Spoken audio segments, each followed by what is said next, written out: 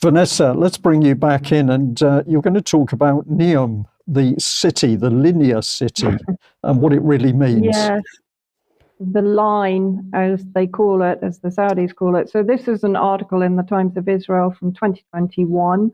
As Saudis sell the city of the future, the 5-minute city of the future, investors and critics see a desert mirage. It's a rather doom-filled critique of the line, and that was back in 2021. But I wanted to look at today how it plays in to the map of Greater Israel. So I just want to remind people of what the Neom is. So if we can just play the video, please, Brian. In civilization is taking place. Imagine a traditional city and consolidating its footprint, designing to protect and enhance nature. The line will be home to 9 million residents and will be built with a footprint of just 34 square kilometers. And we are designing it to provide a healthier, more sustainable quality of life. The line's communities are organized in 3 dimensions. Residents have access to all their daily needs within 5-minute walk neighborhoods. And the line's infrastructure makes it possible to travel end to end in 20 minutes with no need for cars, resulting in 0 carbon emissions. By leveraging AI technology, services are autonomous, saving you time and effort. Designed by world-leading architects, the line is 500 meters tall, 200 meters wide, 170 kilometers long, and housed within an elegant mirror glass facade. Intelligent solutions create efficiency and year-round temperate microclimate with natural ventilation. Doesn't that sound marvelous?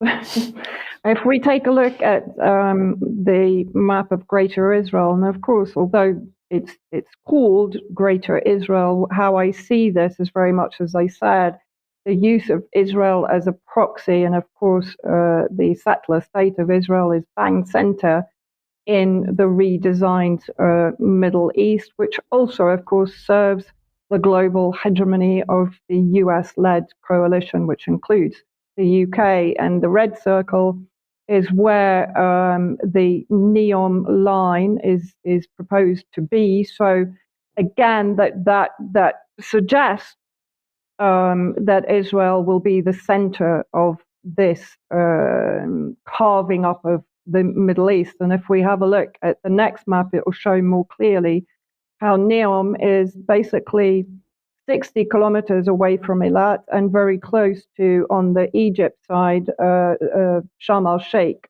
holiday center. So clearly Saudi Arabia is in on the Greater Israel plan.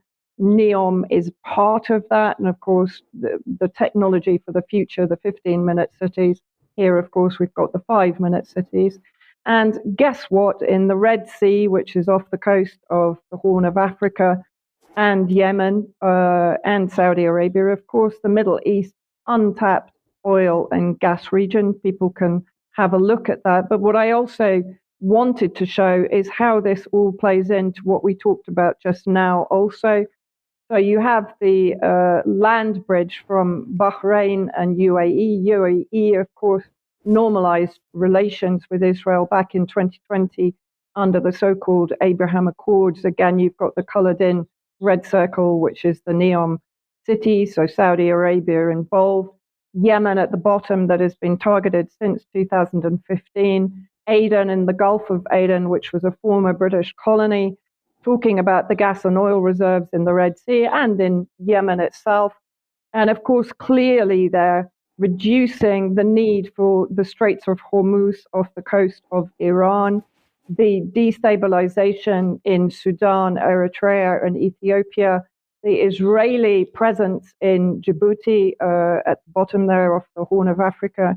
So what we're seeing here is shaping up to be basically a US land grab, the prevention of the rise of BRICS, the prevention of the rise of Iran. And it's certainly no mistake that today in a German court, an attack on a synagogue in an area called Bochum in 2022 has just been blamed on Iran. And of course, we know from Wesley Clark's predictions earlier in the 2000s that Iran is the ultimate target country.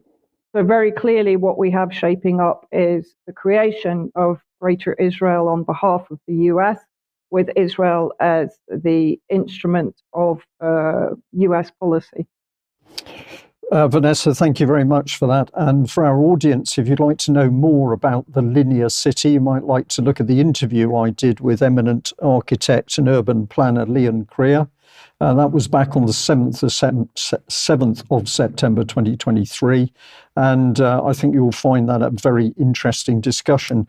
Just my general comment on what you've taken us through, Vanessa, is that there's amazing turbulence in the world. We're seeing it at the moment, Ukraine, but also the Middle East. But do I get a feeling that the respective governments around the world are protecting their own citizens? I don't. I think that those citizens are all to be squashed under the geopolitical boot in due course. We will see whether I'm right. But